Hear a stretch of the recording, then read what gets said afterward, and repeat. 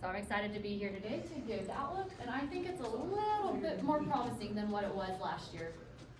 Okay, so today on this presentation, we're going to cover what is happening in the cotton market now and what we're going to expect to happen in 2024 and 2025 for the next marketing year. And what's happening now will affect what will be happening in the next crop year. So our current dynamics right now, and our base case scenario, and what we're looking at just right now and probably for the next month or so, we're thinking cotton will trade in between the 80 and 92 cent range. Part of that reason will be because there's been production issues come into play and consumption issues. Consumption's kind of started to recover. And then also the Fed rate decisions, how their interest rates have been, they've been making progress with interest rates, and then how the Chinese economy has started to maybe recover a little bit more than what they were previously. So most of you are very familiar with the WASD, and in the January WASD, they cut the U.S. crop to 12.43 million bales. That was kind of right in line with what our PCCA expectations were, just because we can see a good majority of the Southwest crop, and we knew that they were probably pretty high in the Southwest.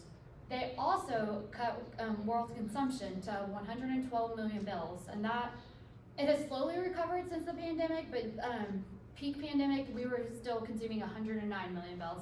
So it is a little bit better, but a lot worse than the 116 million bales that they were predicting at the beginning of the marketing year. And then another thing that should be noted is they lowered exports to 12.1 million bales, and we'll kind of dive into that number in a little bit. And then the stocks to use ratios in the United States is at 20.71%. And I was looking at the numbers earlier this week, and if you look back to the past 20 years, we are in the 7th tightest situation that we've been in, and that we have a downward bias to that as well. So we do think it is going to get a little bit tighter. And another thing is that's the smallest U.S. crop that we've had since 2009. Now, with more good news, so they lowered Texas production to 2.8 million bales, which is lower than what it was last year, and we thought we had a really bad and awful crop last year. And Mother Nature was like, hold up, we have more for you. And then Oklahoma, they're expecting 310,000 bales. In Kansas, they're expecting 168,000 bales. So all that makes for the lowest production that we've seen in the Southwest since 1986. That's just as the Southwest as a whole. Texas has had lower production a little bit after that, but we're expecting also a little bit of a downward move in the Texas crop, and definitely in the Oklahoma crop. I don't know where they're going to find 310,000 bales. I have not known that, or have not known that all season. They had it at 350,000 bales in December, and thankfully they are bringing it down, but I think it could come down quite a bit more. And so that brings us to what the Fed funds rate and what they're expecting. So the Fed has raised interest rates to the highest level that they've been in over 20 years, and they have been holding them at that high level. And they have been waiting to see what the economy is going to do and how the economy is going to react, because there is kind of a slower reaction on how the Fed can make those decisions. And I know that a number came out today. So it's actually this PCE, which is the Fed's preferred measure of inflation, and that just shows you where it's the personal consumption expenditure, and so that shows you how people are spending their money and how inflation is affecting it. And so it came in right in line with expectations, which means maybe the Fed will achieve that soft landing that they're expecting. I think it came in at 2.6%, so it's getting close to that 2% level that the Fed wants. I was looking this week, and there are expectations that the Fed might start cutting interest rates because it's weighing on the consumer so much a little bit earlier than expected. They're thinking might happen in March, so we'll see if that actually comes about. If not, they're definitely expecting it by the summer. So the Consumer Price Index, the CPI, is also another measure of inflation. Consumers have been paying a lot recently, but it has moderated than what we were seeing right when the Fed started to make their interest rate hikes. And so with that happening, that's a good sign for the economy, and meaning that people have more money to spend elsewhere. And so the housing affordability, so one thing we're talking about is how the data is kind of mixed, which is why we're going to stay in that base case. And so that was all good news, and this is kind of more of the harder part that brings it back to more of the medium level. And so housing affordability right now is at the lowest level that it's been since 1986. Imagine being me, just moving back to Lubbock and wanting to buy a house, but you see that it's not. So if you're at 100, that's whenever you can afford to buy a house. But right now, first-time home buyers are spending 40% of their income on a mortgage payment. So the housing affordability is way out of range for most people right now. And then mortgage rates are also rising. And so that's also a big part of the measure of inflation. And with mortgage rates rising, people are still having to put more money towards their housing than they are other goods. Okay, this brings us to the bear case. We're gonna cover what would happen if the market dropped below 80 cents. It can come from energy, higher crops in other countries, Chinese economic uncertainty, and the discretionary spending on what people can use to buy or where they have to put their money because of the higher interest rates that we're seeing right now, and then also the geopolitical tensions that have come about recently. Okay, so energy prices have moderated a little bit, but they still are high from what we see historically. That means people will have to spend more money buying towards energy than being able to buy other goods like cotton. And then gas has also, it's come down, but it has still been at a very high level historically. So this past month, we did see prices moderate a little bit more. 2023 is in the turquoise line at the top.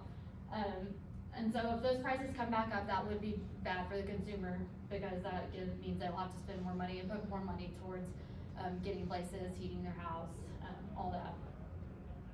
Okay, and then another problem, and I don't know if y'all know this, but this is the first time that Brazil has surpassed the United States in cotton production. So we are now competing very heavily with Brazil, and then also Australia was a very big competitor as well this year. Early in the cotton season, U.S. prices just could not compete with what the Brazilian prices were. Brazilian was being able to be offered $400 off of what the United States was. And so this chart shows you the blue bars are the percentage of production that each of the countries have in the world, and then the orange bars are the ones that's the percent exported. So China and India produce the majority of the world's cotton, but they also keep it within their country and don't really export it. And then whereas Brazil and the United States produce a lot of cotton, they're the next ones after that, but they also export the majority of the cotton. So 55% of the world's exports come from the United States and Brazil. And we are still beating Brazil in exports, so I would like y'all to know that. So since Brazil started, I was looking at a chart one day, and since 2000, they have had a 287% increase in production. And in the past 6 years, they have had a 58% increase because they're able to double crop their practices, whereas we are not able to in the United States. Okay, and then also, the US dollar is still high. I know that it has moderated and come off, but still having a higher US dollar than what we were seeing in 21, 22, that does make it expensive for other countries to import commodities. And we were kind of seeing that earlier in the season because Pakistan was not able to get letters of credit open to buy US cotton, and they are one of the bigger consumers of US cotton. And it's not Pakistan specific, but that is one of the countries I just think of. Okay, and then another chart that is really kind of depressing just to look at. So this shows you your personal savings, which is in blue, versus your credit card debt. And the gap between debt and personal savings is at the biggest that it's been since 2000, or maybe even before that. And then it was also, the data came out again today, it's just not in this chart, but the US debt has grown to a record $34 trillion. And so the consumer right now, they're still spending money, but they're also going into debt. And so that could be an impact that we see a little bit later on. Okay, now the good news, this is what could happen if the market trades above 92 cents. So right now, specs and non-commercial funds are net short in commodities. So eventually they are gonna have to roll that and buy back those contracts, and that could push the price up again. And we're also in a commodity super cycle, which means prices in commodities could come back to fruition. And I know we're not seeing that right now in most commodities, but typically you do see a resurgence of prices. And then China has recently come back in the game. If they were to start buying more, it could send cotton prices back up.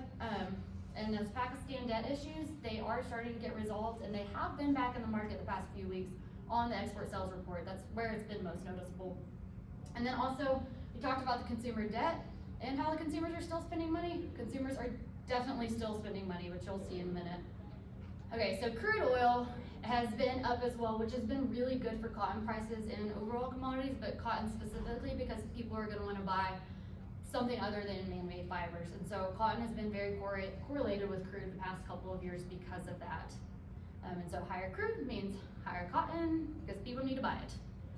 And then also China has started to import more cotton. You can tell that there was a discrepancy between what they needed and what they were importing, especially in the pandemic and whenever they were trying to make their economy recover, because they weren't using cotton, nothing was open, no mills were open, and so they weren't needing cotton from throughout the world. So those exports have slowly gotten better, and having China in the market, unfortunately, we are very dependent on their market just with how many mills they have, and so it's good to see that their demand is starting to recover. And so this also shows you, this is a chart that shows what corn, soybeans, and cotton is exported in the world, throughout the world, from the US to the rest of the world, and then also what's exported to China. And so you can tell in the world they have exported less soybeans this year, and overall less corn, but cotton has stayed pretty consistent. But for 2023, which is this one furthest to the left, China is importing more corn and cotton compared to last year. Okay, this is actually one of my favorite charts and one of my favorite analysis I do, so I'm very happy to be sharing it with y'all. But this shows how much the rest of the world, or how much cotton is needed in the rest of the world. So I did talk about a bigger Brazilian crop, but the consumption in the US, while it's still low, there is still a need for cotton, and right now, there's about almost a million barrel shortage on what we need, and you can tell on the bottom gray, that shows you that there's a need for US cotton.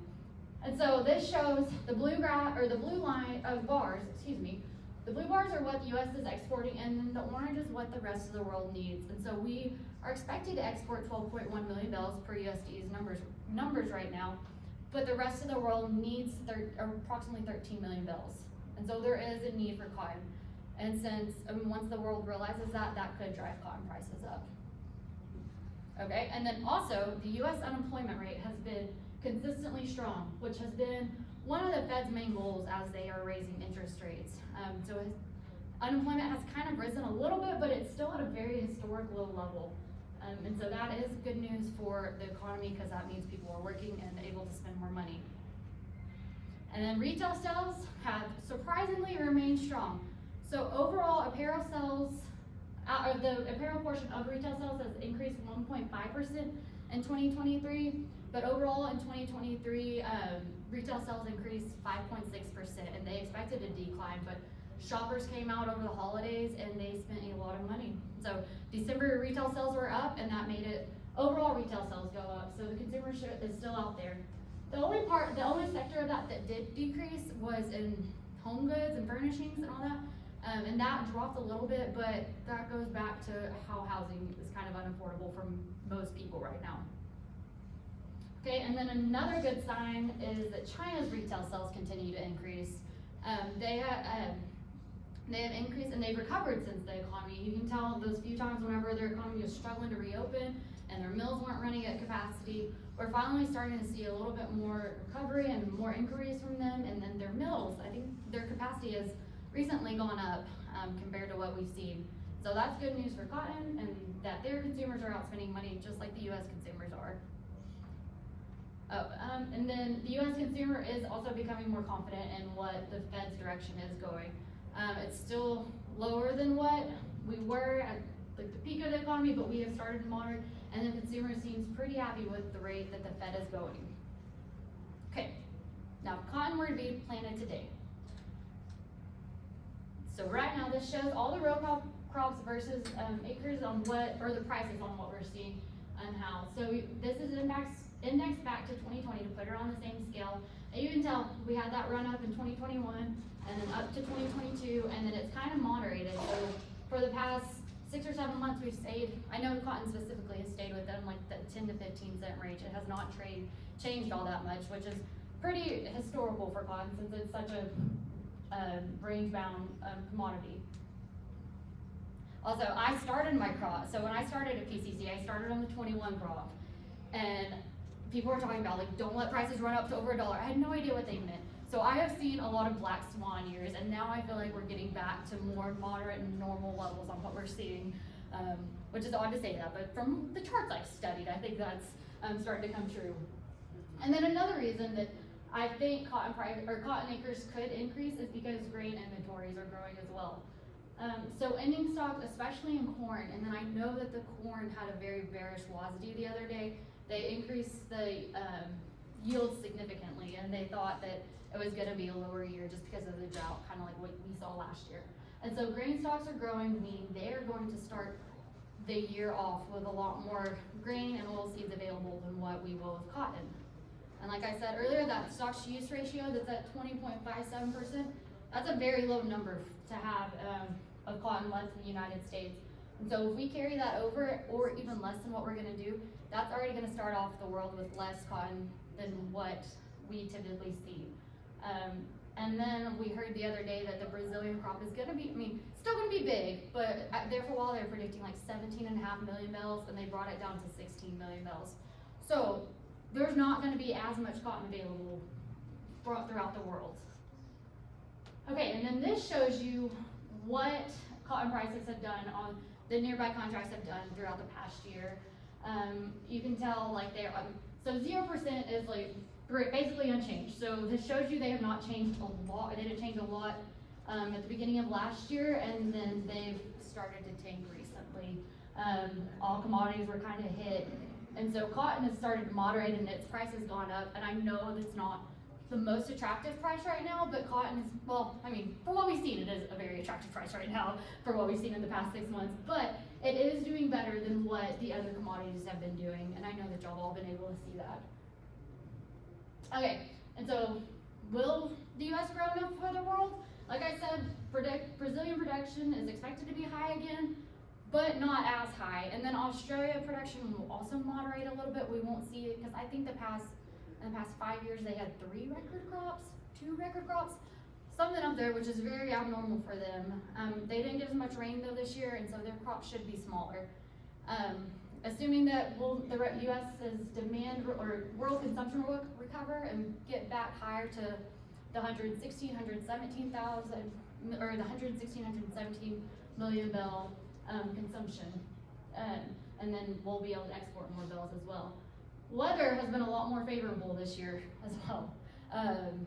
At the bottom you can tell, so I did put a production estimate in there. I get made fun of a lot because I throw out these estimates. I do have a midpoint. It is 15.5 million bales for next year, but you can tell my range is 14 to 17 million bales just because of weather. I get made fun of a lot with the 3 million bale range, and I do think it's probably going to be closer to 15 million bales. But weather has played a huge factor in what we've been seeing, and so we didn't think that this 23 crop would end up being smaller than what we saw in 22. Didn't think that was possible. And we've also heard that many people will stick to the rotations if it's possible, if they do have a rotation. Instead of basing it off prices, they're just going to go back to the rotation, since we're not having just these exceptionally higher prices, or how last year grains and oilseeds were beating cotton prices. And then we will have a tight balance sheet heading into the crop year. And then another thing is, I don't think we'll have the abandonment that we had either, just because the soil moisture has gotten a lot better already right now than what we're seeing. I say that now. It is January. There's a lot of time between now and whenever the crop is actually harvested. And so we had a lot less acres planted this year, and abandonment was probably lower. In some areas it was definitely as high, but it was a little bit lower. But we just had a massive amount of acres planted in 22 compared to the 23 year. And we talked about ratios. The ratios, so these are other competing crops compared to cotton ratios. So the soybean ratio has decreased 20%, which is good for cotton. All of these have decreased actually, so it's all good for cotton. And then the corn ratio of the price of corn to cotton has decreased 35%, and the wheat one has decreased 27%. And so as we're heading to a new year, that does look good and makes cotton look a little bit more attractive to plant. Okay, and then this is USDA's outlook on what they're expecting until 2023, and you can tell the dip in acres that we saw in the 23 crop. They're expecting it to moderate, and so I'm expecting cotton acres will be closer to 11 million. They were at just above 10 million last year, and my forecast has been spitting out anything from 10.5 million to 11.2 million acres. And so cotton acres should get back to a more normal level throughout the United States in the 24-25 crop year. Okay, I really like this chart as well because right now the U.S. consumer consumes about 6.6 pounds of cotton, and this is based off, or not the U.S. consumer, this is world level, because I took an 8.1 billion population throughout the world, and then if they were to increase a half pound of consumption in cotton, that would add an additional 6.9 million bales to our overall consumption number, and bring it back to what we typically see, back to that 120 million bale level. So I gave this presentation to my friend just to practice a little bit more, and when she found out, she's like, so cotton stocks are gonna be kind of tight, and she kind of looked at her dog, she's like, Frank, we shouldn't be buying cotton. And I was like, no. I was like, that's not what I'm trying to say. I was like, we need to get cotton consumption back. So we still need people to buy cotton, and only a half pound more. If we can get that across the world, we would get consumption recovered. Okay, so my big takeaways from this is that the Fed is in a holding pattern now, so we're sitting at the highest interest rates in over 20 years, but a soft landing appears realistic, which won't hit the consumer as hard. And then the supply dynamic should definitely be monitored. So we have seen that recent uptrend has generated some demand, and growers have also been getting rid of cotton, which means there's still not a lot of cotton left to offer anymore in this crop year. And then overall, as I just finished with, cotton should be up in 2024, just on price ratios alone. It does look a little bit more attractive to plant. And that is my presentation. It's short and sweet, but if you have any questions, please let me know. Any questions?